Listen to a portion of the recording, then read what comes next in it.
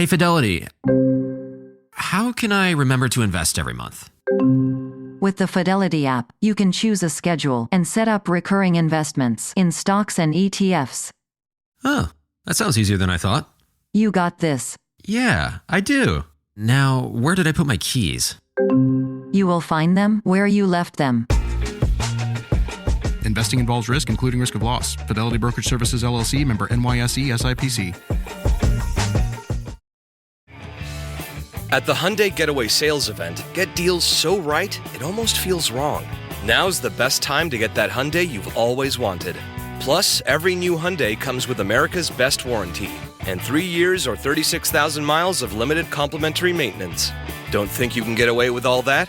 Think again. The Hyundai Getaway Sales Event. Visit your local Hyundai dealer today. It's a great day for a new Hyundai.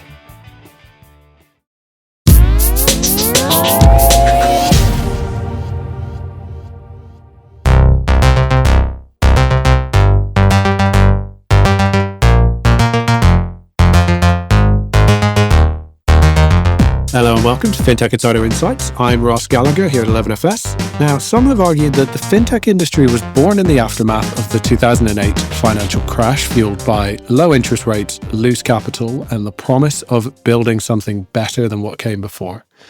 For years, the playbook was simple: raise big, scale fast, and disrupt everything.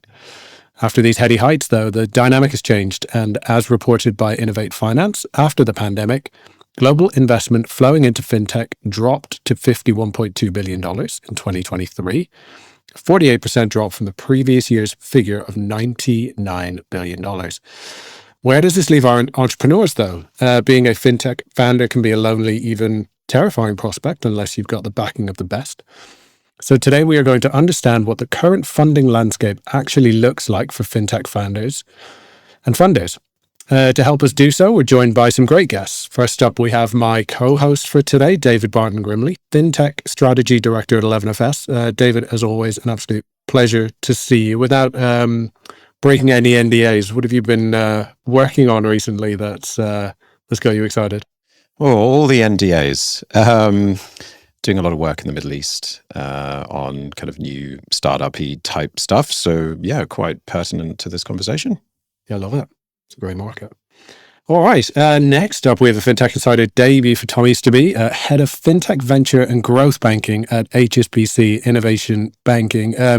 Tom, great to see you. Welcome to the show. Maybe you can just tell us a little bit about yourself and your role at HSBC Innovation Banking. Yeah, thanks, Ross, and thanks for having us. So I'm Tom. I head up the fintech team at HSBC Innovation Banking. We provide banking, debt funding, and general ecosystem connectivity to VC-backed businesses from seed through to IPO. What that means is essentially we were able to provide basic banking for startups, for seed stage businesses, and as businesses begin to grow and develop, become more sophisticated, we can start to deploy more sophisticated and specialist product and services, all wrapped in a sector-specific relationship support. Love that. Thanks for joining us, Tom. Great to have you with us. And last but not least, we have a very welcome return to the show for Ruth Fox-Blader, General Partner at Fox Capital. Ruth, as always, welcome back. Great to have you. How are things going? Everything's great. Yeah, it's, we're going to talk about some gloomy figures, but as usual, I'm very optimistic about the world of early stage venture and fintech and insurtech and everything else. It's good. We're looking to you to bring the positive spin. So that's good. All right, excellent. Look, let's dive straight in. Let's get into it. I guess maybe DBG, if we just start with you for a little bit of I suppose, where are we sort of at right now with a view to, the sort of fintech space, access to capital, particularly sort of investor capital. I mean, we keep hearing, Ruth said about the sort of doom and gloom, right? There's no more investment. Investment is dead. Fintech is dead. Is that a fair representation of where we're at right now, would you say, as a market? No. I mean, there's all sorts of stats that occur all the time. And, actually, I think, Ruth, the last time we were on a podcast, I was sort of spotlighting some figures that you were like, no, that doesn't show the whole picture.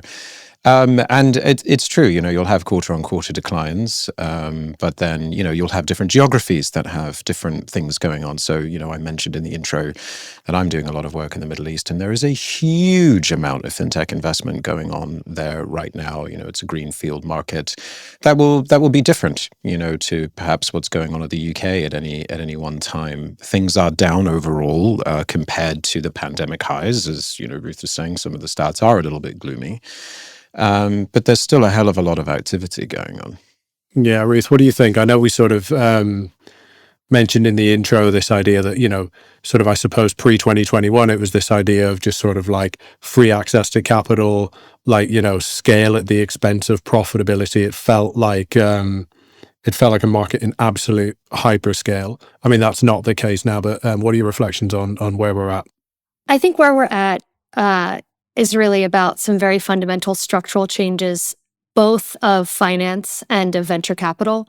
And so, as you mentioned, there were some, tailwinds, certainly some tailwinds after the financial crisis related to the low interest rate environment, which meant that there was just a big appetite for risk assets amongst investors. And it was quite a good place to build financial services companies that, particularly thrive in a low interest rate environment.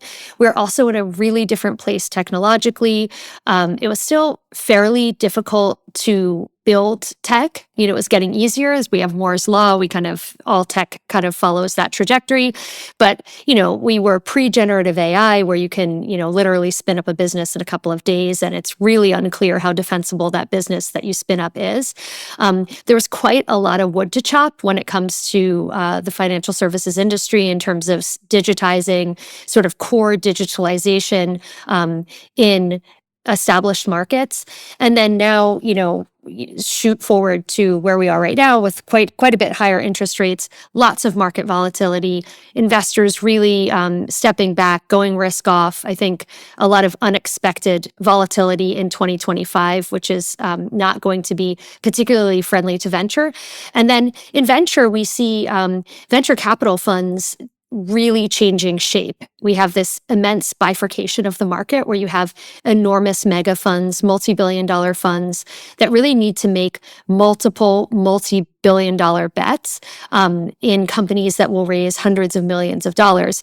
When you look at some of the outcomes in fintech, that kind of raising an enormous amount of capital can be really detrimental to returns, both for investors and founders. And so, is fintech a great bet for those funds? Hard to say. We have that shift. And then finally, the larger funds really need to deploy an enormous amount of capital. And we have this whole new generative AI boom, which is great at ingesting capital. So we're seeing a movement, a shift away from kind of pure finance as a sector into, this, what a lot of people think is kind of going to be the foundational technology, certainly the biggest shift since mobile and the consumer internet. And so I think that taken together, really our, quote unquote problems with fintech funding are really easy to understand in the context of this maelstrom of macro conditions. Nonetheless, I'm sure that there are some founders who are disappointed and some investors who are waiting for liquidity. Yeah, 100%. I mean, there's so much in there that is super, super interesting. I mean, definitely what you're saying about AI, I think we're seeing that reflected in, there's a major trend now for investors alongside I think fintech still is to a degree ESG, but AI definitely out in front.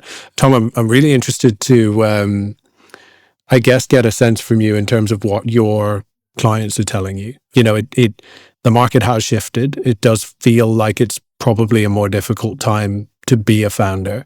Is that reflective of what you're hearing?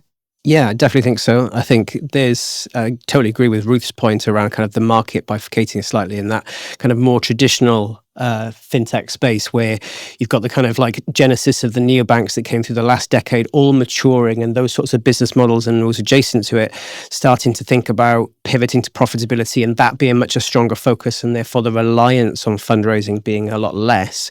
But at the same time, you've got that new generation of new technology, the AI-driven things that we're seeing that are kind of completely revolutionizing so many pockets of our market, seeing huge amounts of appetite, huge amounts of capital being drawn to it. And there'll be a little bit of a gap in between, people unsure what to do on the other side. So that if you're not in an AI-driven, an AI-native, AI application sort of space, actually you're starting to see founders think, well, maybe I should reconsider my business model a bit more and kind of focus a little bit more on profitability so that my raise doesn't have to be the size it needs to be, or I can assess other options, or I can think about alternatives such as debt finance. DBG, what about the point about AI, right? Because it does feel transformative in like a fundamental kind of way. And I think it's easy to talk about AI as a technology, but I suppose when you go deeper than that, when you start to think about some of the use cases, that's where you can really, I suppose, get a sense for how transformative this potentially is. Yeah, and I would argue that fintech or financial services is one of those industries where agentic AI, which is a sort of part of generative AI, can really make a huge amount of transformative change. So if we're talking about, those days 10, 15 years ago when mobile was new and founders were sitting there thinking, actually, you know what, there's some really interesting new tech here that incumbent institutions simply aren't using. I'm going to go and quit my job and build on the basis of this tech. Gen AI kind of gives you the same kind of thing. If you look at a lot of back office, processes and operations in financial services, even with SaaS and everything that has happened in the SaaS industry for the last 15 years, there's still a hell of a lot of manual work there that can be, disintermediated or intermediated, for example, by, trustworthy agents that can come in and build that. So I think we're still at the very, very early days of doing it. If you look at all of the stuff coming out of the big Silicon Valley VCs, you can see that, this term agentic verticalized AI is basically the thing that all, VCs are talking about. And you're beginning to see some of these new businesses come through that do sort of very, very thin slices of a process, but very, very well, like extremely well, and in a way that is compliant. So it's still really early days, but I think it's very exciting and also scary, I think, to what you were saying a little bit, Tom. It's really, really scary in some senses. I mean, imagine you did a raise 2 or 3 years ago and, you've built your stack completely outside of this, and you're looking at this wave maybe of businesses coming over that can just maybe eat your breakfast much faster than before. So it's a scary world out there. What I think we're seeing are kind of around AI and fintech being that shift from that initial model layer, being able to kind of build those kind of models and language and use that, to being into that application layer where we're starting to see huge amounts more monetization. I think that's where people are getting so much more excited, because it's gone from the abstract to being the actual fundamental of like, now I can understand how I can monetize and actually make a valuation from this. And so you're also seeing that come through now with some of the valuations we've seen with people like Contexa and Synthesia, both raising this last quarter, both raising bumper rounds, really beginning to show traction of scale and having that application to be able to kind of really demonstrate a proposition that can be fully monetized. Ruth, I mean, I suppose to David's point, this space is relatively nascent, right? It's still early stage and it's moving quite quickly. It's evolving quite quickly by definition. From an investor perspective, how do you look at some of these emerging companies that really are sort of AI native and come to a determination around what constitutes a good investment? Yeah, I think that's a really good question. And it's the reason that we are seeing some investors take a pause on more traditional industries like fintech, because the question really is, yes, it feels really obvious that any industry that has sort of multiple complex interconnected workloads requiring human judgment is a really great target for this particular weapon, this agentic AI. At the same time, for an investor, one of the important questions that you ask is, how difficult is this to build? And so if the technology is really as kind of easy and seamless to use as it appears to be, and as some of us who are working with it can attest to the fact that you can build stuff really quick. There's a really big question about whether or not there's the particular proposition is defensible. I think what we're seeing and what we're really interested in is some of the really deep subject matter experts coming out of industry who are designing these agentic AI workflows specifically for the industries that they've been a part of, and with knowledge and insight that you need in order to make something which is actually defensible and sticky. But, it is early days. It's difficult to say. All of my portfolio companies are integrating this technology. So, everybody has a legacy tech stack. The second you start working on something, you are accruing tech debt.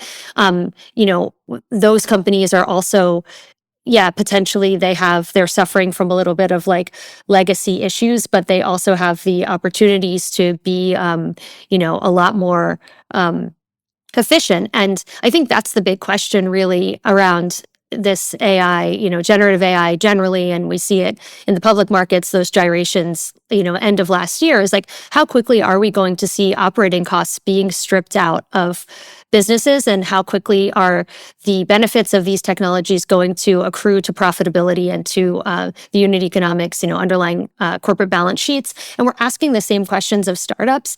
And then there's the whole other layer of, how difficult is this really to build? I really believe in this. I think that, and I also think that it's going to get so much more interesting, because it's not just about like building a trading system or building, something that does market clearing or gives a mortgage. You can create agents that represent all of your customers. You can create like this is sort of simulations on a scale that is sort of inconceivable almost to the human mind. But I think that a lot of like the stuff that has been out there around kind of synthetic data and digital twinning and this sort of more esoteric ideas that have been pointed at manufacturing are going to get pointed at finance. And so, there's just so much ground to cover. And I think this is where my optimism as an investor comes from. It's so interesting. And you're right. I mean, it can move in so many different directions. It can move in so many different directions, like really, really quickly. Tom, one thing that I'm conscious just to sort of, I suppose, call out, because I know we're sort of talking about investing, is that sort of venture capital might not be the right route for every business, right? I'm thinking in terms of maybe founder-led businesses who want to make sure that they can maintain control over like the vision and direction and all of that sort of stuff. I'm interested, again, just from your perspective, not necessarily what are the different routes, but I suppose just sort of validating that train of thought that it is sort of a personal choice and direction for each one of these businesses, and not necessarily the holy grail for everybody. Yeah, completely agree with that, Ross. And I think a lot of folk will kind of sit and think about, what type of business do I want to build? That's kind of almost one of the first questions that as a founder they want to be asking. Is this a opportunity that will have global proposition to it? In which case you might want to go down one route. Is this something that's kind of a bit smaller and I can kind of build much more of a lifestyle business? And I don't mean that in a derogatory way in the slightest, but kind of build a much kind of different proposition. And so those types of questions early on will help to kind of position a new opportunity in a range of particular directions. And I often talk to founders and get them to kind of think around trying to match the funding that they're trying to raise to the cost and the investment that they're trying to kind of pursue. So, things like, if you've already raised and you've already got some traction, why are you raising again, when it could be things like working capital support is more appropriate, in which case use some debt financing. Are you going to pivot to profitability? Have you got the kind of working capital cycle that allows you the gift of being able to bill early and have short sales cycles, and really kind of drill into that before just thinking, I've got the eye on the prize of my next raise. I want that to be the front cover of Sifted or the highlight first news item on 11FS's podcast. It's important to kind of have that mindset to be able to match the funding to the type of investment you want to be making. we've seen a huge amount of debt financing across the ecosystem in the last kind of few years. I think last year Sifted published a range of data points which showed that HSBC Innovation Banking was the most prolific debt funder here in the UK. But it's not just us, it's a kind of across the market. Many more innovative businesses from across the broad space, not just fintech, are kind of looking at proliferating their funding sources and being able to be much more attuned to what type of funding matches my business's need as much as possible. Yeah, I love that. I think you've articulated that really, really, really well. It's easy for us when we're, I suppose, getting consumed by headlines around valuations and IPOs and all of these things to sort of just get lost in the fact that, VC capital and then looking to exit is really the only route to scale. What do you think on that, DBG? Yeah, and I think in some ways, generative AI is a bit of a salt that makes it easier and harder in many different ways for founders to think about funding routes. So one of the easier things that it does in some ways is say, well, if I can build a more meaningful MVP now, I don't necessarily need to go and get VC funding at pre-seed and seed. And yet at the same time, the VCs themselves are kind of asking the same thing. It's like, well, do you need the money right now? Like, we want to see way more from you before we are prepared to invest in you at the valuation that you're looking for. And there's this huge movement online. I don't know whether any of our listeners or our panelists are following it, of like micro SaaS hackers, and this is very much like a Reddit fueled little industry of people using tools like Cursor and Replete and stuff like this to build their own startups pretty much end to end, using vibe coding. That's another great, I'm throwing all sorts of new terms at you guys. So, but these are people really thinking about, how could I make a profitable business from day one without taking on any kind of debt, without even taking on a co-founder. And the whole micro SaaS industry in itself is absolutely fascinating because, to this point before, the defensibility is almost zero. So, by the time you've launched your product to market and announced it on X or Reddit or whatever, there's 100, if not 1,000 other people doing exactly the same kind of thing. So it's very interesting to see how that happens. But it is, I think, now a founder can really take a step back and think about why do I need this money for what purpose, and how am I going to get this thing profitable? These are not easy questions at all. No, absolutely not. And Bruce, I suppose if a founder does decide that is, the sort of going out and looking for, capital investment is the right route for them, I suppose, what are the things that they need to think about? I guess timing becomes important in terms of when they're ready to have those conversations. What are some of the things that you guys will be looking for? And look, I know there's no secret playbook. No, but I think it's a good question. Listen, we're talking about different ways that you can build a business and how you can fund it, right? Like, what do I care? I don't care if you don't want to take VC money, go ahead. And probably 5 times out of 10, it's not appropriate for you. VC is a very specific thing. We're taking huge swings. We're looking for industry changing companies, sort of what historically VC has been about has really been, how close can we get to creating a monopoly? And so, one of the things that was interesting when there was just a huge influx of capital into VC and particularly into fintech was that we were looking at industries that were kind of formerly not very digitized. And so, you could build front end and do better customer service. And now all of the incumbents have caught up with that. So there's really not much space to do that. And the question, I think, is, what are those multi-billion-dollar businesses that you can build in financial services? And so if you're a founder, to your question, it's really important to have an answer to the question of why does this business scale to be multi-billion-dollar business? What do you need, in terms of paid-in capital in order to do that?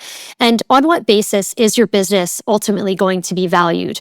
What is the valuation multiple for your business? And I think this is one where fintech has tripped over its shoelaces a little bit.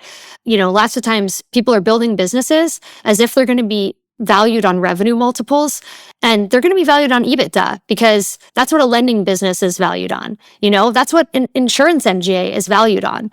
And so if you're going to build a business which is tech enabled and you believe is venture backable on the basis of how big, the large scale of your ambition, and and it is a business which is traditionally valued on EBITDA, you better be planning to do a lot of EBITDA. And as an investor, I need to see that plan and find it credible. So I think that there's lots of right ways to do things. And my job is to kind of work with founders on making sure that they have maximum optionality. And I think that it's really important. Lots of times people will pitch me a business and then I'll just sort of say, okay, well, what does this look like? What's the future? Some version of the question, what's the future? And, they'll be like, not have a great answer to it. And I'm like, just come to me with a little more discipline, because these are really important questions. Like we're going to be thinking about this for a long time together if we work together. I love that. I actually think that teases us up really nicely to go into our next section, where we're going to dig a little deeper into what investors are actually looking for in 25. That is coming up next. Please don't go anywhere. Cybersecurity is the top concern for UK businesses, according to Vanta's recent State of Trust report. But whether you're a startup founder or an experienced security professional, Vanta is here to help. Businesses use Vanta to establish trust by automating compliance needs across over 35 frameworks like ISO 27001 and SOC 2, centralize security workflows, complete security questionnaires up to 5 times faster, and proactively manage vendor risk. Join over 9,000 global companies like Flow Health, Synthesia, and Alica Bank, who use Vanta to manage risk and prove security in real time. For a limited time, get $1,000 off Vanta at vanta.com/insider. That's VANTA.com/insider for $1,000 off. This episode is brought to you by Loom by Atlassian. Are you feeling stuck at work? Get your team unstuck with Loom video messaging and move work forward. Use Loom to simultaneously record both your screen and yourself to share a quick update, provide feedback, train a colleague, and everything in between. Plus, add Loom AI to your meetings for instant written notes and recordings. Try Loom today at Loom.com. That's LOOM.com. Welcome back. In the first half of the show, we looked at what options might be available for founders seeking investment. In this half, we're going to flip the script and ask what investors are looking for. So before the break, we touched on trends or waves of investment for certain niches in the industry. I guess DVG will come to you first. Do you think like a single big bet tends to inspire a wave of similar investments in the market? I think so. Well, historically, yes. I mean, I don't know how much AI changes that in some ways, but, if you look at, people talk about Monzo all the time, and certainly me, working in the finance industry in sort of 2016, 2017, you look to those real keystone moves where people are making big bets and big risks and launching new things, and you're going, oh my God, okay, this is possible. This is a thing. Uber is another good example of that. I'm sure there were tens of thousands of investor pitch decks that had like Uber of X, Uber of blank, Uber of laundry or whatever it was. The same also with WeWork and and stuff like this. So I think you are right. I think there are these kind of canonical towers that sort of launch and shift the dial that inspire and rally people around them. The interesting question to pose would be like, is that still the case these days? And I don't necessarily know if that's true. There are some very, very good, maybe it's because the market is so mature now, right? I mean, there are some huge global success stories like Nubank and Stripe and blah, blah, blah, blah, blah, right? And so they're less sort of singular game changers and more kind of very successful institutional plays that show that this sector is here to stay, if that makes sense. And if you kind of do that kind of analysis on a geographic level, a decade or so ago, you'd have got the global players. You'd have got those kind of businesses that were spun out of the Valley, or maybe a couple that had come out of Europe, and they'd have had global dominance very quickly. But now you also see that dominance of regional players becoming very big very quickly. I think the Nubank example is very good in terms of like what we've built here in Europe as neobanks, what other geographic areas have, what Nubank done in South America is a great example. And actually, you don't get one global player; you get lots and lots of regional players that are all kind of fighting for their little bit of the map. Tom, one thing I would like to pick your brains on. I know there was a report quite recently from HSBC Innovation Banking that sort of pointed to early stage investments sort of dominating certainly UK term sheets. What do you think we can, I suppose, take from that in terms of where investors are either focusing right now or maybe the broader state of the market? Yeah, I think so. Our term sheet guide, which we released a couple of weeks ago, was a big survey across the entire ecosystem of term sheets that are delivered from seed stage, pre-seed stage, actually, right through to kind of growth stage. It's something that HSBC Innovation Banking have been doing over a number of years now, and kind of really giving a kind of sentiment of the barometer, I suppose, is the better word, barometer of how the market is kind of feeling at any points in time. One of the main trends and themes that came out of that ties back to our comment in the earlier half around AI. We're seeing kind of activity in that early stage, that seed stage, all focused around AI. Lot more traction around that. Lots of traction around other segments like pharma, healthcare, biosciences. I actually think a lot of that comes into AI as well. You kind of, after fintech is one of the kind of biggest use case environments is the world of biopharma. Interestingly, as a bit of a sidebar, I think actually some of the trends we see on actually term sheet dynamics are very static. They're kind of, we don't see a huge amount of kind of like upward trajectory on whether it's kind of different terms or different kind of dilution effects. What we are seeing is kind of a market that's good and buoyant, could be better, particularly in that seed sort of stage, but actually kind of growing pretty well in the last couple of quarters. Yeah, Ruth, I'm really keen to get your thoughts on this as well, right? So the sort of average value of seed and Series A at the highest level since 2021.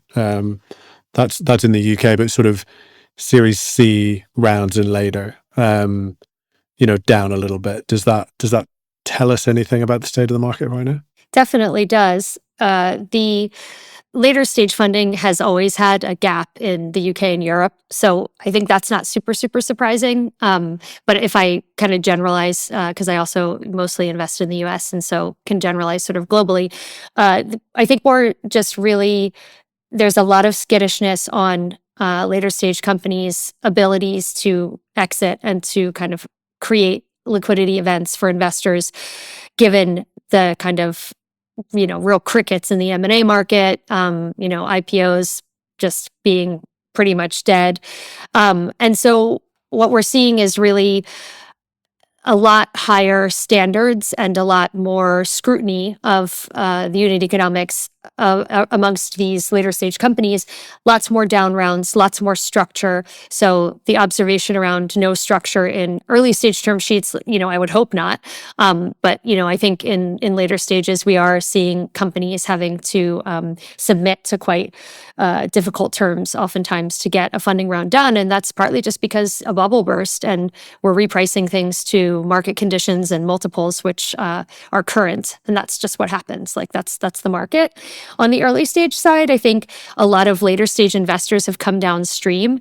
They're, sort of tired of playing in this late stage game, where there's a lot of lots of tiers, lots of tissues, and really looking for happy days when everything still feels like it's up and to the right. You're betting on ideas, these really great founders with their wonderful visions, and so we've got a ton of investment coming in from later stage guys who need to deploy capital and are looking earlier. I think I read it really as a way of, even though paradoxically, early stage investing is much more high risk, and there much less has been de-risked in a company, and there are many more unknowns. For some reason, it feels less risky to write a smaller check, and so we're seeing a lot of activity in those stages. Thanks to that. If I can just quickly double click on one of the points that Ruth made there around the kind of analysis of the exit opportunity. When we speak to a lot of CEOs, CFOs and board members, they'll often talk about those later stage companies needing to prove that they can get to profitability and be self-sustainable. There's been so much disruption in the last few months, so much disruption in the last year, so much disruption in the last couple of years. Having that optionality to know that you can have a self-sustaining business might have slower growth. It might look a little bit different, but the optionality that having that is so valuable at the moment compared to just being able to kind of bank on your next raise and almost being kind of feeling it's a guarantee that you will get there at some point in your runway. There will be another raise event. Yeah, and it's a new world, right? Because that's just not venture. Like, the idea, I sometimes hear people ask, Series A companies about their path to profitability. And, you kind of do a double take. Like, this is a very new world. Ruth, one thing that I would like to sort of drill a bit deeper as well, specifically as it relates to IPOs. And we've sort of said, look, it's been a very, very difficult market now for actually quite a long time to try an IPO. Does that, I suppose, that capital staying locked in these later stage businesses, I suppose there's a risk that not being released back into investing in earlier stage startups, there's kind of a long tail effect there as well, right? I think the effect is a little bit more long tail. What happens is, you don't have DPI, you're not returning capital to LPs, they don't have capital to put into funds. And so it's not this fund cycle that's necessarily going to be impacted. And it's not just the bad taste in everybody's mouth. It's not just that the IRRs that were promised to be there are there, it's the actual lack of liquidity. I do think that markets are very efficient. And I think that these private for longer companies there are ways to remediate that. So I think that there are lots of secondary transactions that are happening. I think that dividends are being paid. We're seeing private markets companies that people are absolutely dying to get into. I mean, look at OpenAI, look at, any of these big Gen AI plays, LLM builders. So I think that the market is finding ways to circumvent a lack of IPO and M&A, but generally it is, I would say, fairly negative overall for the venture ecosystem.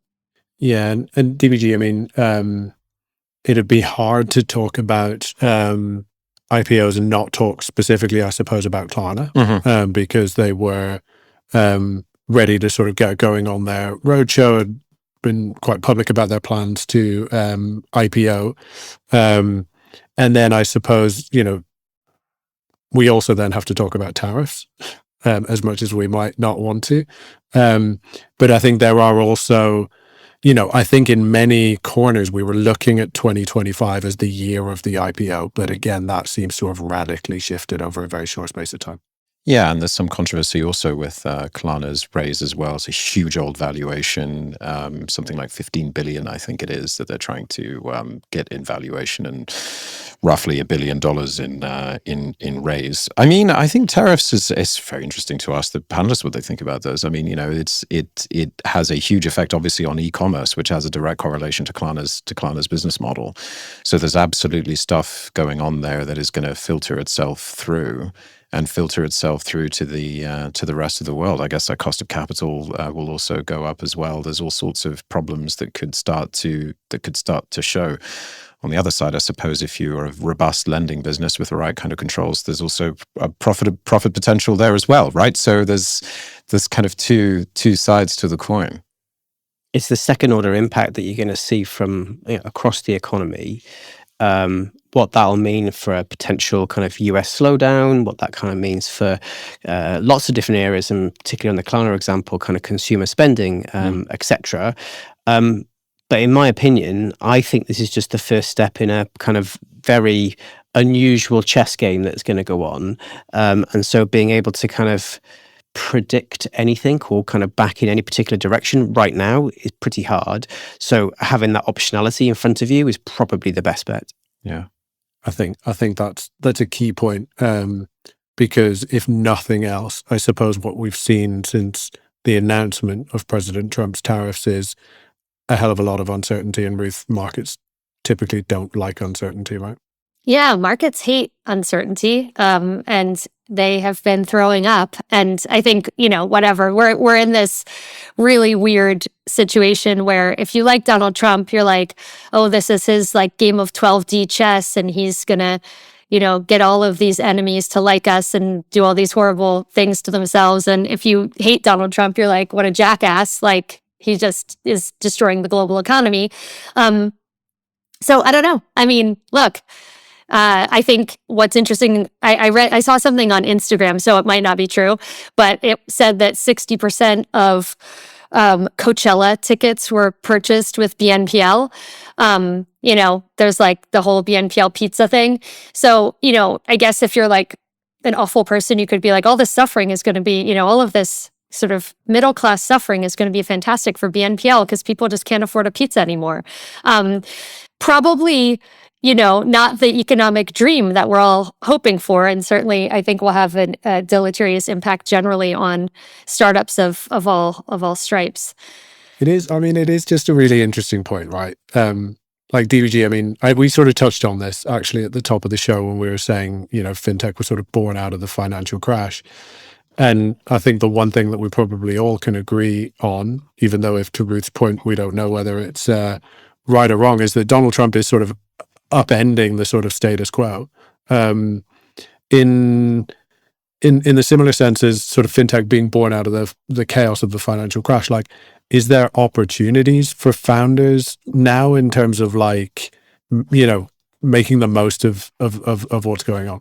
Oh, absolutely. I mean, and also countries. You just look at the way that various different countries are thinking about lobbying the Trump administration or clustering together to create incentives. Where we are in the UK here is a very, very interesting position, I suppose, unfortunately, because, Trump seems to kind of like us or hate us less than some other people, and so it puts us as a country in very, very good stead. But from a founder's point of view, I mean, I was saying we're doing a lot of work in the Middle East. One of the things that we hear time and time again is just how aggressive countries in the Middle East are for attracting talent. So whether it's the UAE or Saudi or whatnot, like the amount of set up your company in Abu Dhabi, come do it, we'll give you tax incentives, we'll give you all sorts of things, please just come. And so there are opportunities all over the shop whenever you have chaos like this to do something new. But I don't think any of us want this. Like, we just don't, rather not have it.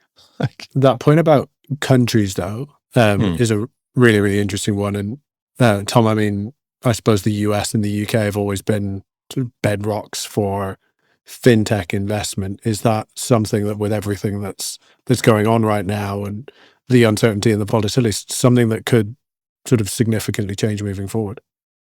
I think yes and no, if that's a kind of non-answer. I think the inertia effect is always so huge, right? Two massive markets will always continue to have that same cyclical effect of recycle capital and recycle talent. But David, to your point earlier about the kind of Middle East, these new markets where they have such a kind of growth potential from a kind of ground zero perspective is phenomenal. So maybe that's an opportunity that if there is disruption on a global scale, if there is kind of more kind of markets that aren't necessarily talking to each other in the same way they used to, and there's an opportunity for the more kind of less developed, more nascent markets to kind of really take a hold and get a stronger foothold. I think that's something that could be really quite interesting to see. What do you think, Ruth? I know your sort of main focus is in the US. What are you saying? I mean, I invest globally, and I can say that as much as, we're kind of starting to compare the US to a kind of emerging market in some ways, and sort of the treatment of the debt and the way that the dollar is moving, at the same, simultaneously with yields and things like that. It is one. I'll just go back to the comment you made before. Predictability and rule of law and regulation for our industry is the absolute foundation upon which companies are built. And so if you do not have those things, you will not be able to build a company. And if you have, intense government corruption or currency manipulation, good luck building a stable business. And at this point, I would say that, these markets that we're working in, predominantly the US, Europe, the UK, remain markets and countries where, we can rely on those things. I think for people working in crypto, there's a lot of optimism actually that the Trump administration is going to be favorable towards regulation, which will allow the crypto industry to continue to develop with some bright lines and frameworks, and allow crypto and sort of tokenization and things like that to be more broadly accepted at the enterprise level. So I think it's good not to exaggerate, and I think it's also perfectly well and fine to make judgments about things that we think are ethically or morally reprehensible. At the same time, I think that in terms of the day-to-day economics of the country or of our world, we're looking at a much more difficult time. But in terms of rule of law and the ability to build within a regulated framework, I feel optimistic. Nice. Good. We did say we were going to come to you for the optimistic news. So, I don't know if it sounded super optimistic, but yeah. No, it did. Tom, I just want to finish this section with, I suppose, a question around how are you guys helping your clients navigate this sort of rapidly changing, very turbulent market? Yeah, I'm going to go back to that same point around kind of preparedness, having that optionality. So whether that's starting those conversations around funding early to make sure that kind of clients and prospects have the runway that they need, have the kind of liquidity that they're looking for. From a global trade perspective, it's ensuring that kind of we're going to be able to be helpful in different pockets across the market. Our footprint is global. Our clients are often inspiring to be global, and so being able to kind of match that up is very, very helpful.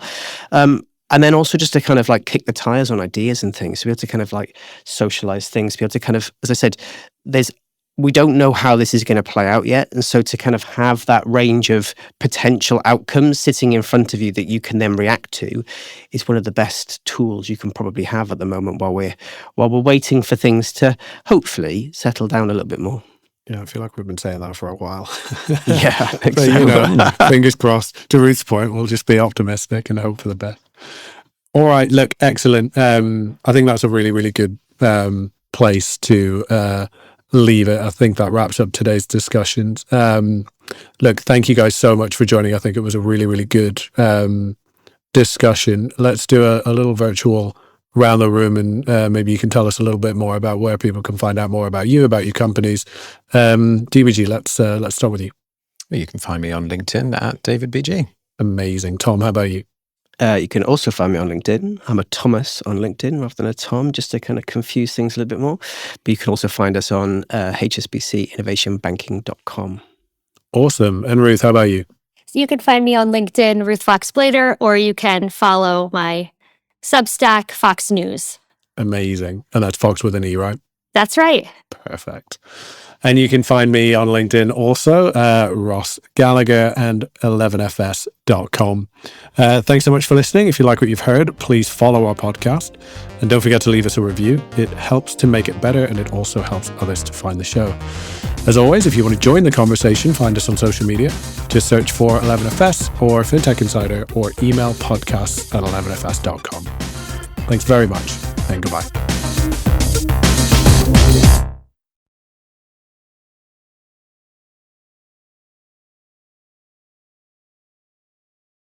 Cybersecurity is the top concern for UK businesses, according to Vanta's recent State of Trust report.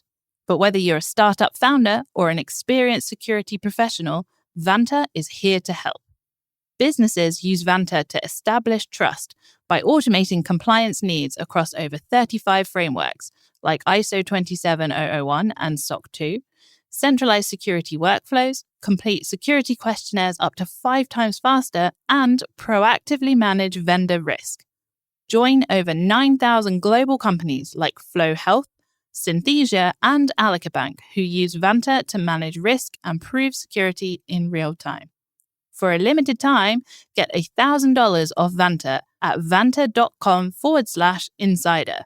That's VANTA.com/insider for $1,000 off.